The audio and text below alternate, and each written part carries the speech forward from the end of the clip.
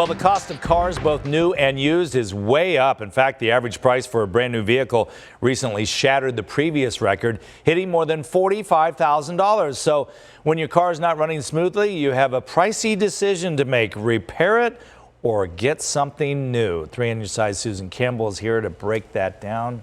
I suppose it all depends on your bank account, right? Yeah, there are a lot of factors that go into making that decision, but more and more we're seeing people hang on to older vehicles. That often comes with more money for repairs, but there are some things you can do to keep maintenance costs down.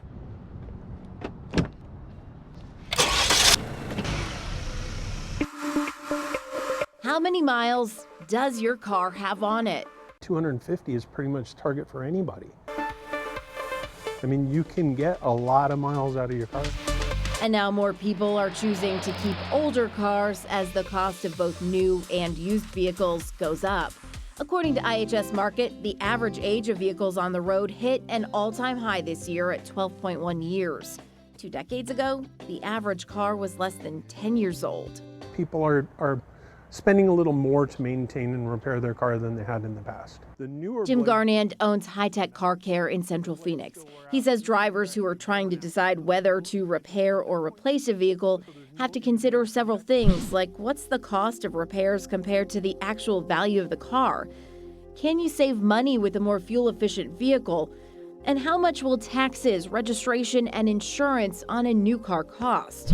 For everyone, the math is different. Typically, people make that decision when they're up against a big repair. Before you need those big repairs, pay attention to the little things. There's some maintenance you can do yourself, even if you don't know a single thing about cars. The first, check fluid levels. The caps all say what they are on it. And do it regularly. Jim says every 3 months or 3,000 miles, and always before a road trip. This one, the power steering, you can see where the level is.